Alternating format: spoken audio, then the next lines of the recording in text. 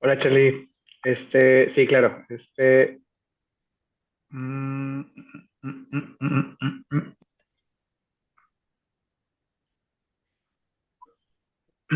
a ver, ustedes me ¿Estás? dicen si se Perfecto, alcanza a ver. Sí. ahí estamos. Perfecto. Muy bien, pues bienvenidos todos a nuestra sesión de los lunes de nuestro Journal Club. El día de hoy vamos a revisar un caso más de hemodinámica. El doctor Orlando Solís Garibay, él es pediatra, cardiólogo pediatra y cardiólogo pediatra intervencionista actualmente en el HRI de Mérida. Eh, Ahora está llevando también el programa de la Fundación de Hemodinamia, de la Fundación Lilo. Me da mucho gusto y gracias por apoyarnos también con eso. Bienvenido a nuestra sesión de hoy, Orlando. Hemólisis asociada a cierre de persistencia de conducto arterioso. Adelante, bienvenido. Perfecto, gracias Charlie. Bueno, además del HRAE, digo, he tenido la oportunidad de trabajar también con los compañeros de la UMAE en el IMSS y a raíz de dos casos que tuvimos este último semestre, uno en diciembre y uno en abril, es que nos dio la inquietud sobre el manejo. De hecho, la intención es platicar un poco de los dos casos que tuvimos para que después analicemos un poco de la literatura que existe y que de ahí salgan pues alguna mesa de discusión sobre la manera en la que hubieran ustedes abordado estos casos. La intención es hablar de hemólisis asociada al cierre de persistencia de conducto arterioso. Les presento el primer caso. Esto es una paciente de 16 años con un antecedente nada más de un hermano que tiene también conducto arterioso. De hecho, cabe mencionar que también bastante amplio y con repercusión. No tiene comorbilidades asociadas y en el cateterismo que se le hizo en diciembre del año pasado, aquí hay un error de doy, una disculpa, se encontró un conducto tipo A2 de Krichenko, básicamente un conducto cónico con una boca pulmonar de 8 milímetros y el cual se decidió cerrar en su momento con un dispositivo 12-14. Este es la imagen de las imágenes del estudio de cateterismo. Si pueden observar, estamos haciendo el disparo en aorta, tanto en proyección oblicua derecha como en proyección lateral, y desde el inicio se observa un defecto bastante amplio, un defecto que tiene una boca pulmonar, como les decía, de 8 milímetros. De hecho, el ámpula grandísima permite el paso del catéter del pigtail. Como siempre, en cualquier procedimiento se canula desde el área venosa en la mayoría de los casos y se pasó el dispositivo que se colocó para ocluir, en este caso con un dispositivo, les decía, 14-12 en el conducto. Ahorita ya al final podrán ver la imagen final donde se observa este conducto ya eh, con una disminución del flujo pulmonar con respecto al previo, pero todavía con algo de paso y cortocircuito residual que pues dejamos a vigilancia. Sin embargo, pues llama la atención que a las 12 horas la paciente presenta hematuria asintomática a las 12 horas posteriores del procedimiento. Se le realiza un estudio de laboratorio y realmente no aparece nada significativo o llamativo. Estamos conscientes de que es normal que después del procedimiento tengamos una disminución en la hemoglobina. Esta fue de 0.5 gramos por decilitro. Tuvimos algo de disminución en el hematocrito y el resto de los parámetros llamaban la atención porque el suero seguía hemolizado y tenía una elevación de la DHL en 1300, así como una elevación de las bilirrubinas en 3.6. En ese momento decidimos continuar vigilando a la paciente, considerando que se encontraba asintomática. Empezamos con hidratación y le tomamos un ecocardiograma para observar cómo estaba el dispositivo. Llamaba la atención este cortocircuito residual en el dispositivo, que si bien este no es raro, pues lo que sí llamaba la atención es que era de alta velocidad y este se encontraba en la porción superior del disco que nosotros habíamos colocado. Hicimos un seguimiento de la paciente durante los siguientes días y básicamente lo que vimos fue una disminución progresiva de esa hemoglobina, desde 12 hasta un valor de 6.8 al final del seguimiento durante las 96 horas. Fueron 4 días de estarla vigilando. Si bien al inicio la paciente se encontraba asintomática, después empezó a verse esta ictericia que estuvo asociada con una disminución en el estado general. La creatinina se elevó 0.6 a 0.9, la DHL se elevó hasta 5200 y como a los 3 días empezamos a ver ya una disminución en el gasto urinario a pesar de la hiperhidratación y que se le hayan agregado diuréticos, pues se decidió pasar a cateterismo, más que nada para cuidar esa función renal y porque esos gastos estaban limítrofes. Empezaron a ver ya inicio en la elevación de las transaminases y los tiempos de coagulación, y fue ahí donde pues decidimos ingresar nuevamente. A ningún hemodinamista creo que le gusta esta parte de tener que retirar el dispositivo que se había colocado. Esto lo hacemos por la misma vía venosa con un snare. Atrapamos nuevamente el dispositivo, considerando que tenía 4 días de colocado, pues la verdad no hubo mayor problema en el retiro. Una vez que lo colocamos, intentamos hacer el cierre con un dispositivo mayor. Este es un dispositivo 18, era 14-12 y nos fuimos hasta 18-16. A pesar de eso, aún después del despliegue del dispositivo, aunque vimos una mejor cintura en el disparo, la verdad es que seguíamos observando este cortocircuito residual que no nos dio tranquilidad, y considerando, digo, uno no debería hacerlo así, pero considerando las fechas, que iba a ser difícil realmente programarse rápido en caso de alguna urgencia, decidimos no dejarlo. Y una vez que terminamos, decidimos retirar el dispositivo mejor, continuar sin el cierre y después programarnos para un cierre quirúrgico. No en este momento por las condiciones de la función renal que estaban limítrofes y toda esta cuestión. La paciente continuó asintomática, mejoró la uresis, desapareció la hematuria y la ictericia y se fue de alta con una hemoglobina de 8.8 y una creatinina de 0.7. En disminución, la paciente estable y con controles en febrero con hemoglobina ya de 12.7 y una creatinina conservada en 0.6.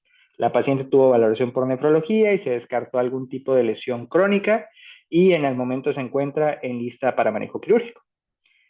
El segundo caso que les quiero comentar es el otro lado, el otro tipo de manejo que consideramos en estos pacientes, y fue el de el conservador, ¿no? En una paciente de 2 años que tampoco tenía comorbilidades asociadas y que en el cateterismo que se le hizo en abril se le encontró un conducto también tipo A2 de Krishenko con una boca pulmonar de 5 milímetros. Y en este escenario el cierre se hizo con un dispositivo 10-8. De igual manera, como pueden observar, era un conducto cónico relativamente largo, que pudimos cerrar utilizando este dispositivo 10-8. Sin embargo, llama la atención, y desde el inicio es algo que sí es importante mencionar, la conformación de este disco, que si se fijan no es el habitual, ¿no? Un poquito englobado, pero a final de cuentas observamos otra vez este cortocircuito residual al momento del cierre. En el caso de esta paciente, el escenario fue muy similar. La hematuria asintomática se presentó 12 horas posteriores, y esto fue acompañado de una disminución progresiva de la hemoglobina y del hematocrito. De hecho, en esta paciente podríamos decir que la disminución fue un poquito más rápida inicial, a diferencia del otro caso donde, si se fijaron, en el transcurso de 4 días hubo una disminución lenta, lenta, lenta, y del tercer al cuarto día una disminución franca de casi 2 gramos de hemoglobina. En este caso, al inicio fue cuando empezamos a notar estos cambios. Igual que el otro escenario, se hicieron estudios de ecocardiograma para corroborar el cortocircuito. Podemos ver en la imagen de la izquierda cómo el dispositivo se encuentra alojado, y en la imagen de la derecha cómo el conducto tiene un cortocircuito residual, ahí está, que corre, en la porción medial de alta velocidad. Igual con la paciente tuvimos una disminución progresiva, en este caso de manera inicial. La paciente durante las primeras 36 horas tuvo una disminución de casi 3 gramos de hemoglobina, esto acompañado de una elevación de las bilirrubinas que llegaron hasta 6.2. Sin embargo, esta elevación de las primeras 36 horas se detuvo, y en el seguimiento empezamos a notar que tanto la hemoglobina como las bilirrubinas, o en el caso de la hemoglobina esta se estancó, y en el caso de las bilirrubinas empezamos a ver un descenso progresivo, así como también de la DHL, que si bien llegó hasta 2300, fue bajando, fue bajando y fue bajando. Cabe mencionar que durante todo este tiempo la paciente estuvo con hiperhidratación, con soluciones calculadas a 1.5 veces los requerimientos, Y a la hora 96, como nosotros íbamos observando esta tendencia de que iba disminuyendo, vamos, que los parámetros de laboratorio no iban disminuyendo de manera brusca, en ese momento decidimos vigilar. De igual manera, también llamaba la atención que cuando la hiperhidratación era bastante efectiva, la paciente dejaba o aclaraba discretamente la orina, al punto en el que el viernes nos convencimos de que ya estaba casi normal, le quitamos soluciones, la vigilamos 3 días, por eso el salto de la hora 96 a la 168, y en los últimos controles la paciente pues no había tenido una disminución mayor de los parámetros, estaba con un estado general bastante aceptable y ya no tenía eh, hematuria. Fue por eso que decidimos darla de alta a ella sin el retiro del dispositivo, ya sin hematuria, con una ictericia discreta, pero para continuar vigilancia en consulta externa. Como les decía, la desaparición de la hematuria a las 72 horas sin soluciones parenterales fue que también nos dio la tranquilidad de mandarla a casa. En el ecocardiograma aún tenía ese cortocircuito residual y pues se dio alta por seguimiento después de 9 días posteriores. Entonces, a raíz de estos dos casos, quería a ustedes mostrarles la literatura que existe actualmente con respecto a hemólisis asociada de cierre de persistencia de conducto arterioso. Realmente es una complicación bastante infrecuente. Existen incidencias reportadas de hasta 0.05% y en unas más cercanas de 3%. Típicamente esta complicación aparece a las 24 horas posteriores de la colocación de estos dispositivos. Existen varias series que, si bien su objetivo no es estudiar la hemólisis asociada a este dispositivo, pues lo reportaron como una complicación. Desde el registro europeo, que fue en 1992, donde hablaron de la experiencia en cierre utilizando un dispositivo un poco diferente, que era un dispositivo eh, que se llamaba Plug Avalon, que es este que ven en la imagen de aquí de la izquierda, un dispositivo hecho de una espuma de poliuretano, que fue manejada en 205 pacientes y que de todos estos pacientes solo hubo un caso de hemólisis, reportándose por lo tanto la incidencia de 0.5%.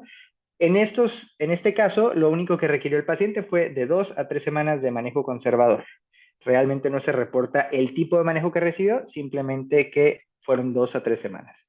El registro AMPLATS, que es otra de las series grandes donde se evaluaron a 316 pacientes a los cuales se les colocó el dispositivo ADO1, solamente tuvieron un caso de hemólisis y en estos escenarios el tratamiento ameritó de transfusiones, manejo de soporte, así como 12 horas de vigilancia, puesto que después de esto la paciente dejó de tener hematuria.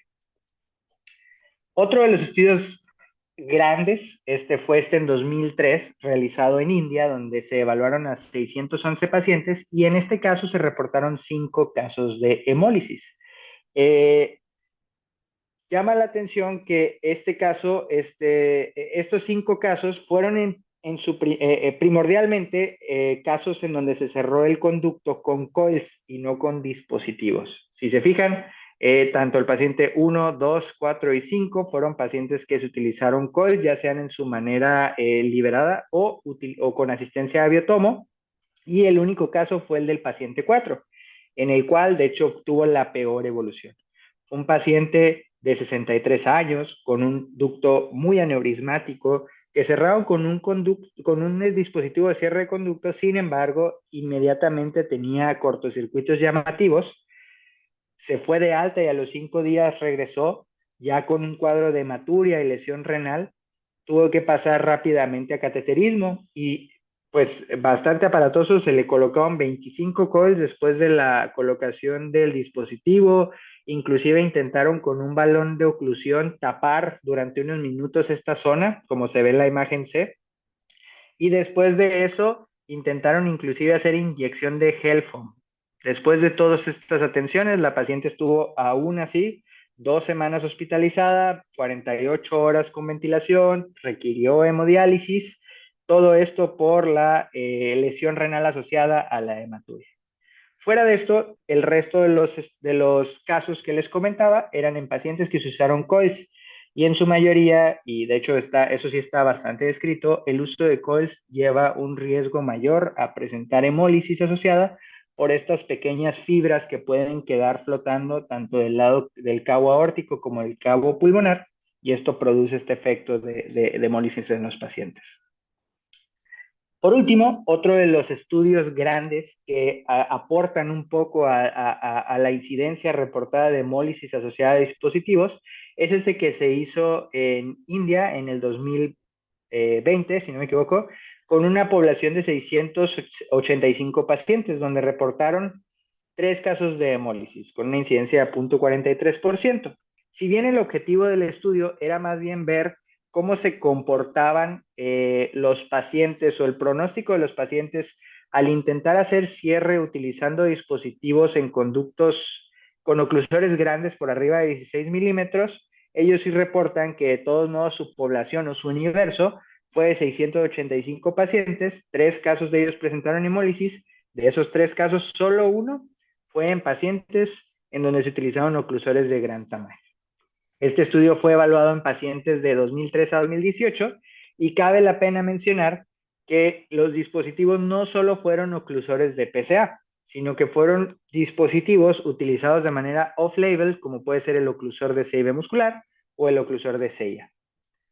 En este estudio encontraron una incidencia global de 0.43% y los 4 casos en los cuales hubo hemólisis en este escenario fueron manejados por vía quirúrgica, que esta es una de las maneras en las que se resolvieron de esta forma, en la que vemos modificaciones con respecto a los otros estudios, ¿no? La incidencia en dispositivos grandes en el subgrupo de 36 pacientes fue nada más de un caso y como les digo, este caso, pues llama la atención, fue aquel en el que en vez de usar un dispositivo de PCA, se utilizó un oclusor de comunicación interauricular de 24 milímetros. De igual manera, reportan en otros escenarios o en otros casos que no tuvieron hemólisis, el uso de dispositivos como el de CIB que ven en esta imagen de aquí. Entonces, no era raro que utilizaran dispositivos de manera off-label. Sin embargo, sí llama la atención que el único caso que tuvieron de hemólisis en dispositivos grandes fue aquel en el que se usó un dispositivo de CIA, donde ellos postulan que debido a la conformación que hace este dispositivo dentro del conducto, tal vez se preste mucho a tener cortocircuitos residuales y por ende a provocar hemólisis en los pacientes.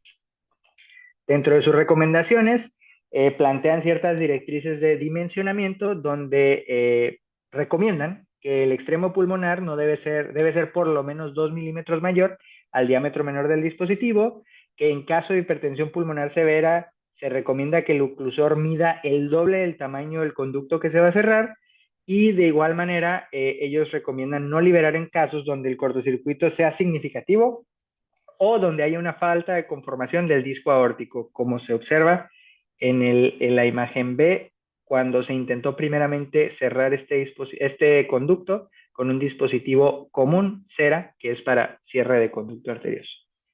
Y estas son las series más grandes que reportan hemólisis. Sin embargo, las series que ya van dirigidas en escenarios donde el objetivo es evaluar cómo les va a los pacientes que presentan hemólisis, pues realmente son muy pocos. La gran mayoría son reportes de caso y este es el único estudio grande donde evalúan el cierre y el seguimiento de los pacientes. Sin embargo, no se centra solamente en cierres de PCA, sino también en cierres de CIA y CIB.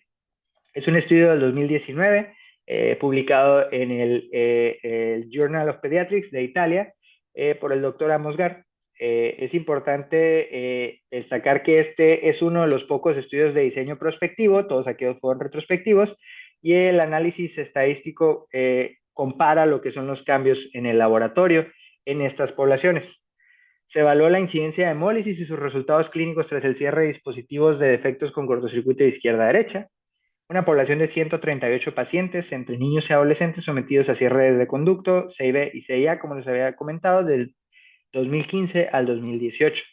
Este estudio prospectivo evaluó parámetros de laboratorio como hemoglobina, plaquetas, DHL y reticulocitos, y se hizo estudio de ecocardiograma antes, a las 24 y a las 2 semanas después del procedimiento. El análisis estadístico abarcaba a esta población de 138 pacientes, donde si se fijan, la gran mayoría fueron cierres de conducto, un 34%, un 27% cierre de conducto con COIL y en menor proporción cierre de CIB y cierre de CIA. Llama la atención que en el estudio posterior al cierre, 10 pacientes, o sea, un 8%, persistieron con cortocircuito residual y 4 pacientes presentaron hemólisis, lo que habla de una incidencia de 3% en este grupo. Sin embargo, vale la pena mencionar que de estos 4 pacientes que hicieron hemólisis, solamente 2 tenían cortocircuito residual y los otros 2 no.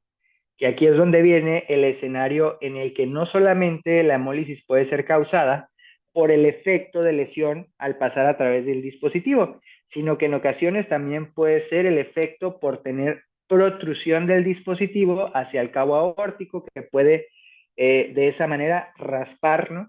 Y lesionar a las hematías.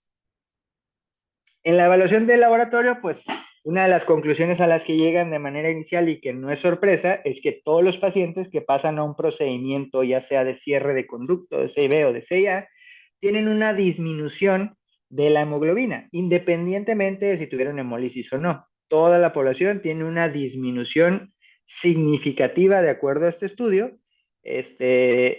Y además, si se evaluaba por grupos, sobre todo el grupo de PCA y CIA, esta diferencia era mucho más marcada. Un punto también que ellos sacan a relucir y que llama la atención es que en el grupo de C y B, el parámetro de laboratorio que se modifica es la DHL, con un incremento discreto pero significativo, este, lo cual también en su discusión ellos postulan que es derivado a que todos los pacientes pudieran tener cierto grado de lesión o de hemólisis, sin embargo, no necesariamente siempre es tan manifiesta.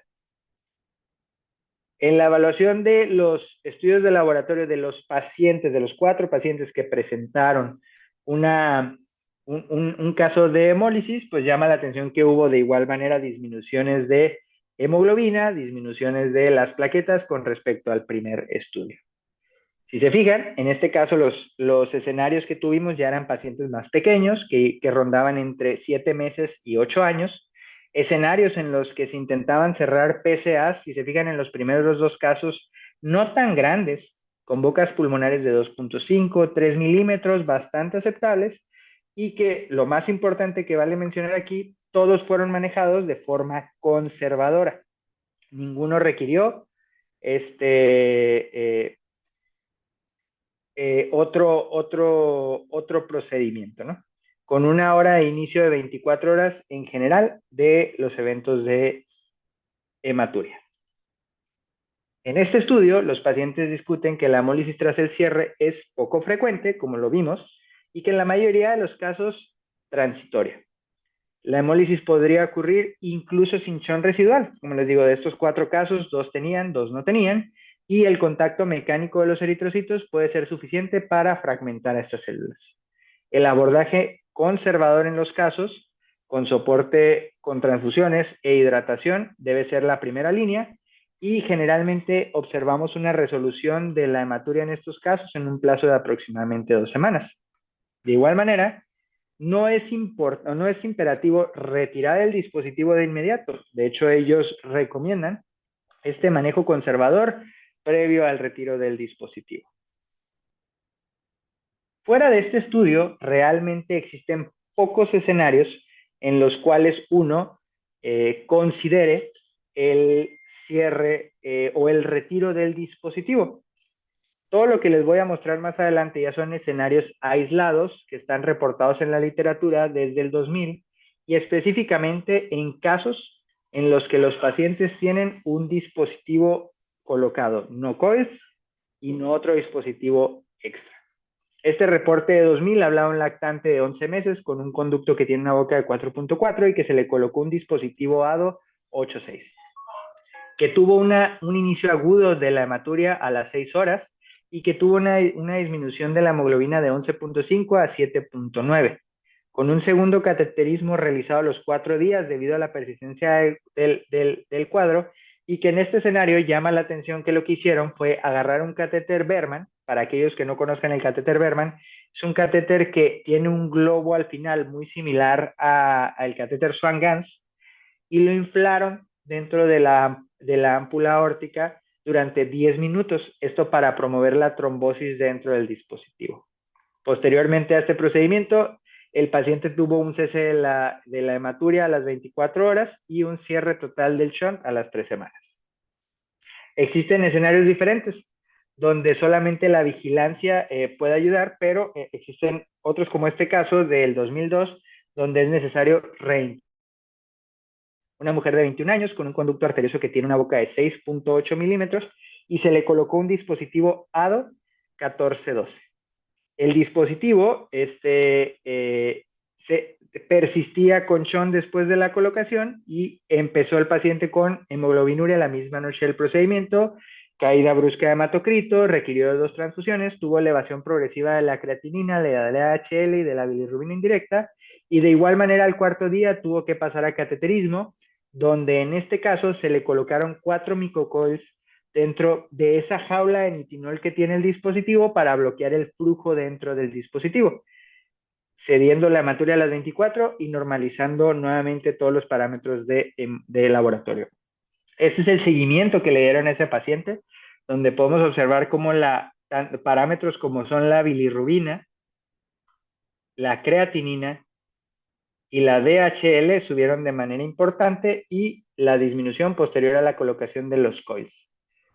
Si se fijan en la imagen de la derecha, la técnica que ellos refieren fue pasar un catéter guía del lado arterial y cruzar con una guía para después a este catéter empujarlo hacia el dispositivo, meterlo en la porción media y de ahí empezar a hacer la liberación de los coils, en este caso 4 de ellos.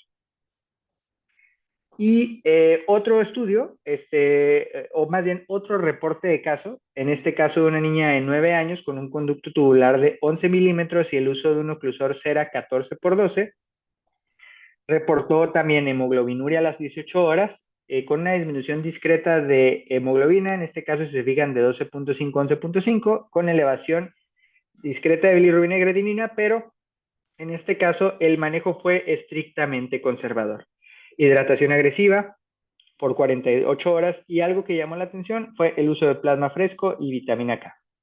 Con una resolución de la hematuria en 72 horas sin intervenciones y un alta al séptimo día con un seguimiento al mes ya sin o con un discreto churn residual. De hecho, este fue uno de los escenarios en donde nos acercamos un poco al segundo caso que les había platicado. Por último, un estudio realizado en el 2023 de un paciente de 52 años con un conducto de 11 milímetros y la colocación de un dispositivo ADO de 16 por 14. Tal vez haciendo un poquito de remembranza con los otros casos, si se fijan, en su mayoría todos estos escenarios fueron manejados de la misma manera que los lineamientos habituales utilizan. Mides la boca pulmonar del defecto y generalmente decides colocar un dispositivo que ronda entre 1 milímetro, 2 milímetros por arriba de ese diámetro menor encontrado. A veces, si el número es un poquito cercano a 11 punto tantos, pues el doctor en este caso se sube hasta 14. Pero el punto es que se mantienen dentro de ese rango.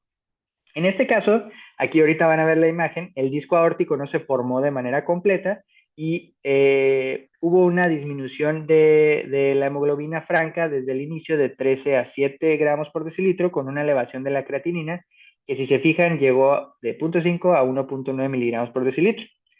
Debido al fracaso en el manejo médico, se pasó nuevamente a cateterismo y se hizo una recuperación de este dispositivo con un SNER para una sustitución del defecto del dispositivo, perdón, por un dispositivo oclusor de C y B muscular. Posteriormente, cesando la hematuria y dándose de alta a los 2 días con una hemoglobina y función renal normal. Si llama un poco más la atención, como en esta imagen puede ver el dispositivo que tiene una mala conformación del disco y que está la porción basal sin una apertura completa, y como ya después de la colocación del dispositivo de C y B, que es un poquito diferente en su configuración, tiene 2 discos obviamente y una cintura un poquito más prolongada de 7 milímetros, pues tal vez se ajusta de mejor manera a este paciente.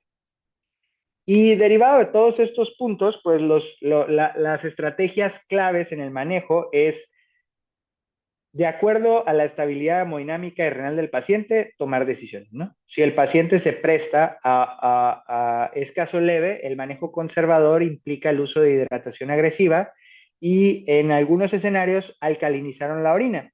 Y esto con el objetivo de evitar la precipitación de la hemoglobina en los túbulos renales y que de esta manera disminuyamos el grado de lesión renal que pudiera haber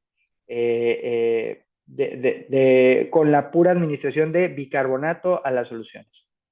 De igual manera, el soporte no se modifica y las transfusiones de concentrado eritrocitario, el hierro y el ácido fólico son esenciales en estos pacientes, esperando una resolución espontánea en menos de 2 semanas tras la endotelización del dispositivo.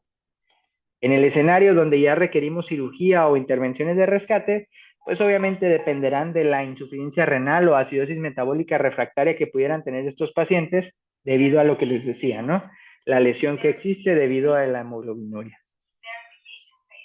Una malexposición crítica a este dispositivo con extrusión, especialmente en escenarios donde se utilizan coils, causan algún grado de trauma mecánico directo a la aorta o a la arteria pulmonar y pueden ser una razón suficiente para determinar hacer una intervención, así como pues el fracaso percutáneo, ¿no? Donde existe una persistencia de hemólisis severa a pesar de intentos de abolición del shunt. En conclusión, la hemólisis asociada a la persistencia del conducto arterioso es una patología pues, rara, tiene una incidencia de hasta 3% en las series y el manejo depende de la evolución de los parámetros bioquímicos. Realmente no existe un corte para toma de decisiones. El manejo realmente se limita a lograr un control con las medidas conservadoras y en el caso de que empecemos a tener una falla renal significativa, atender estos casos de acuerdo a las estrategias dependientes del centro, ¿no? Porque no existe un lineamiento claro sobre qué es lo que se tiene que hacer. La realidad de las cosas es que tal vez en retrospectiva, hablando un poco de los casos que tuvimos nosotros, pudiéramos decir que en el primero de ellos, la intención de hacer algo por intervención terminó cuando seguimos observando ese cortocircuito residual al momento de colocar el segundo dispositivo. Y a sabiendas de que se cuenta con un servicio de cirugía cardiotorácica y que sabemos que el cierre de conducto arterioso por esa vía no tiene o tiene menores riesgos que una cirugía de bomba, por llamarlo así, nos tomamos, ahora sí que tomamos la decisión de no dejar el otro dispositivo, considerando la probabilidad de que aún con ese cortocircuito pudiera persistir la hematuria. Y en el segundo escenario, pues obviamente las decisiones se tomaron con base en esta evolución clínica y cómo empezamos a ver que la orina iba aclarando con el manejo de hiperhidratación y cómo ya después del día 4 empezamos a ver que ya no había hematuria y que los parámetros bioquímicos se fueron conservando. Pero me interesa saber cuáles son sus opiniones con respecto al caso, qué hubieran hecho diferente, si hay algún dato que quisieran saber, este, para nutrir un poco más la conversación. Gracias. Muchas gracias, Orlando. La verdad es que a mí se me hace muy interesante. Yo tengo, a ver, primero algunas consideraciones, ¿no? Lo primero es, creo que el punto de la hemólisis es asociado a los defectos residuales, ¿no? Ya sea lo que decías, ¿no? El flujo que pueda quedar mínimo, etcétera, esa pequeña, no sé, no lo podemos llamar obstrucción, pero a lo mejor esa protrusión del disco hacia el lado aórtico, etcétera. Pero al final del día, digo, el dispositivo no es la causa, ¿no? Sino al final de cuentas son estos defectos residuales. Traslocando esto a la cirugía de cardio, siempre hay defectos residuales, dice el doctor Becerra. Si no está ahorita, te lo Sí, encuentro, ¿no? Pero nosotros decimos, bueno, a ver, con tantos, el QPQS, el tamaño del defecto residual, etcétera, no, a ver, yo tengo que regresar y tengo que cerrarlo. ¿Existe algún tip? Yo sé que esto es así como un poco frecuente y a lo mejor no está tan estandarizado y hay algunos que dijeron, me llamó la atención el que le pusieron, no sé, 300 coils y todo eso. claro. A ver, este efecto residual, yo tengo que tratarlo, tengo que estar pendiente, tengo que manejarlo, incluso todos las estrategias de manejo médico, a lo mejor que ni siquiera me ha presentado la hemólisis, pero no, a veces lo tengo que hiperhidratar, este le pongo plasma, este le pongo vitamina K, ¿porque este efecto residual me puede causar algún problema o no existe todavía No, ese no tema? existe. La verdad es que te voy a ser muy sincero. La literatura que existe de este tema es tan pequeña y los estudios analíticos con respecto a factores de riesgo o algún análisis de regresión que te pudiera decir, ¿sabes qué? Este es el valor del cortocircuito ideal. Si después tiene de esto el riesgo de hematuria es elevadísimo. O sea, no existe. De hecho, yo también soy de la misma escuela que tú me dices, o sea, yo cierro un conducto y en mi mente, aunque yo vea algo de contraste pasar al otro lado, de hecho, siempre hacemos este comentario de decir, ¿sabes qué? Pues es que pasa a través del dispositivo. Va a Claro. haber un proceso de endotelización y Ujú. el defecto va a cerrar en el transcurso inclusive de horas, días, pero no me preocupaba la aparición de hemólisis en los pacientes. Te digo, fue algo sorprendente para mí en ese momento y la verdad es que cuando pasó la primera vez en diciembre me acerqué a preguntar si alguien había tenido casos similares, inclusive en su momento creo que me acerqué a Alberto Zárate porque me había comentado alguien que él tuvo un caso similar y lo platicamos y para todos fue pues, o sea, algo que no solíamos ver, o sea, es la primera vez en los 7 años que llevo haciendo hemodinamia que veo un caso de hemólisis y por eso me pareció tan sorprendente la evolución clínica que tuvo la paciente y tal vez te digo, en este primer caso fuimos un poquito más agresivos y decimos, ¿sabes qué?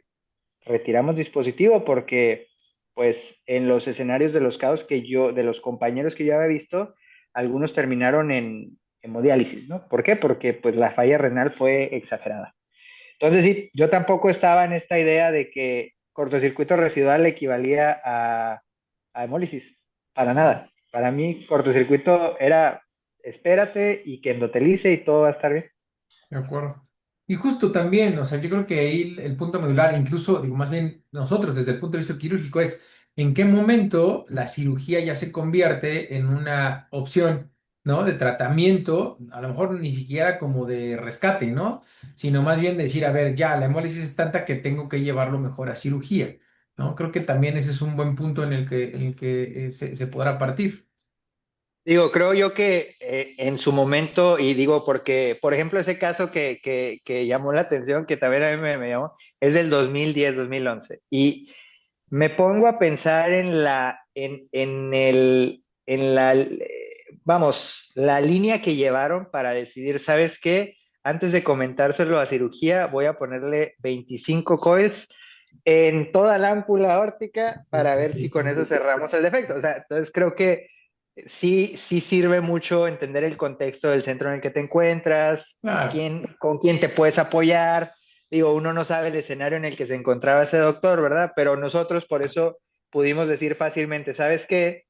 Tal vez para mí sea más fácil quitarle el dispositivo y por lo menos le quito el factor que estaba provocando hematuria y que cirugía se encargue del resto, ¿no? Y ahora sí trate el problema de base. Si Claro. no lo hubiera podido sacar, pues ahí sí también con la pena les diría a los cirujanos ahí, por favor. De acuerdo.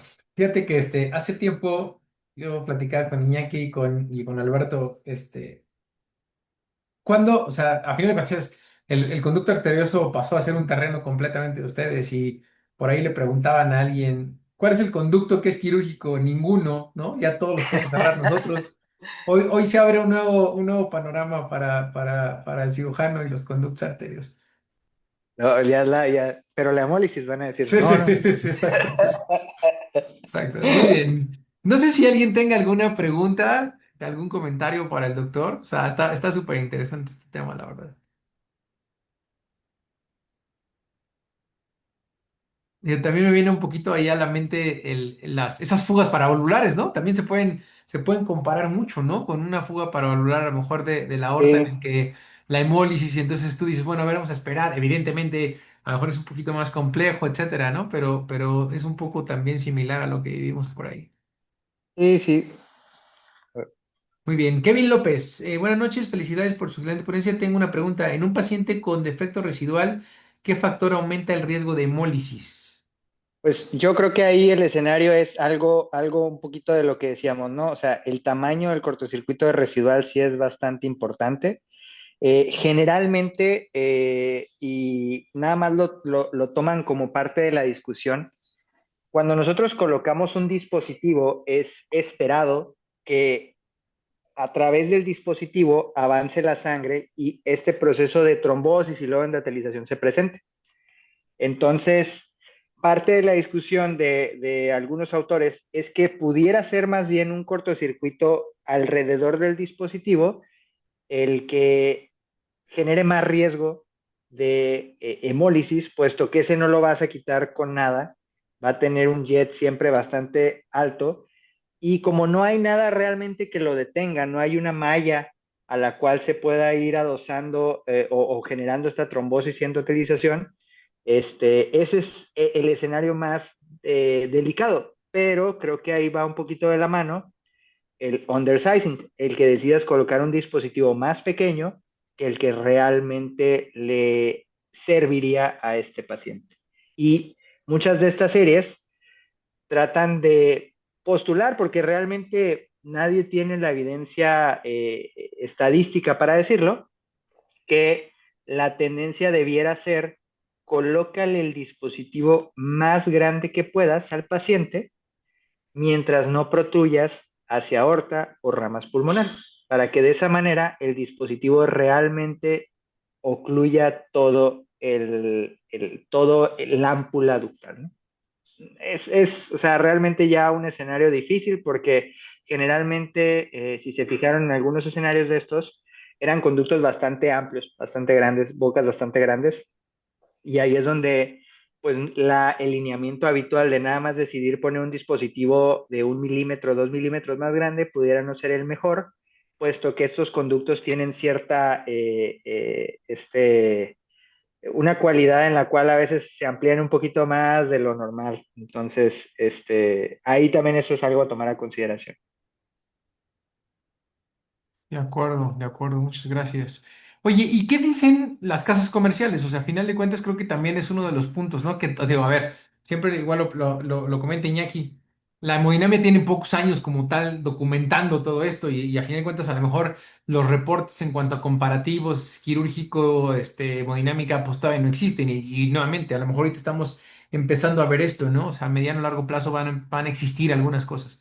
¿Esto se comenta por ejemplo, en los foros internacionales o en las mismas casas comerciales, el riesgo de hemólisis? Porque veo que muchos dispositivos incluso se tienen que adaptar, ¿no? Que si le pongo uno para Savex, si le pongo esto, muchos de lo que hacemos off-label también es así como frecuente. ¿Existe ya algo al respecto o tampoco? No, realmente o sea, digo, en este caso, o sea, platicando un poco en lo personal lo que pasó, o sea, la línea fue cuando tuvimos estas eventualidades, nos acercamos al proveedor, revisamos, revisamos los dispositivos. De hecho, el dispositivo que colocamos y retiramos lo revisamos en su momento, inclusive lo mandamos a esterilizar para buscar algo llamativo en el poliéster en las mallas de poliéster, porque en algún momento sí empecé yo a pensar, dije, bueno, tal vez la malla de poliéster no está completa, está algo fenestrado, hay algún hoyo, pero nada. Entonces, hasta cierto punto ahí llegas, porque muchas veces, digo, y sobre todo ya en el mundo de las PCAs, donde existen N cantidad de marcas, en las cuales aquí no existe el fabricante, sino existe el distribuidor, en las cuales no puedes acercarte directamente con la persona que lo fabrica, ¿no? Y solamente hablas con una persona que lo distribuye, que realmente no tiene tal vez todos los conocimientos claros de cómo se hizo, cuáles son las cualidades que pueden verse afectadas para que funcione de la manera correcta, etcétera. Creo que va un poquito de la mano de que realmente no tenemos esa plática directa con el fabricante, ¿no? De acuerdo, de acuerdo, de acuerdo. Muy bien. Bueno, desde Nicaragua te preguntaba, Kevin. Muy bien, no sé si Sin duda tengamos alguna. alguna otra pregunta o comentario para el doctor.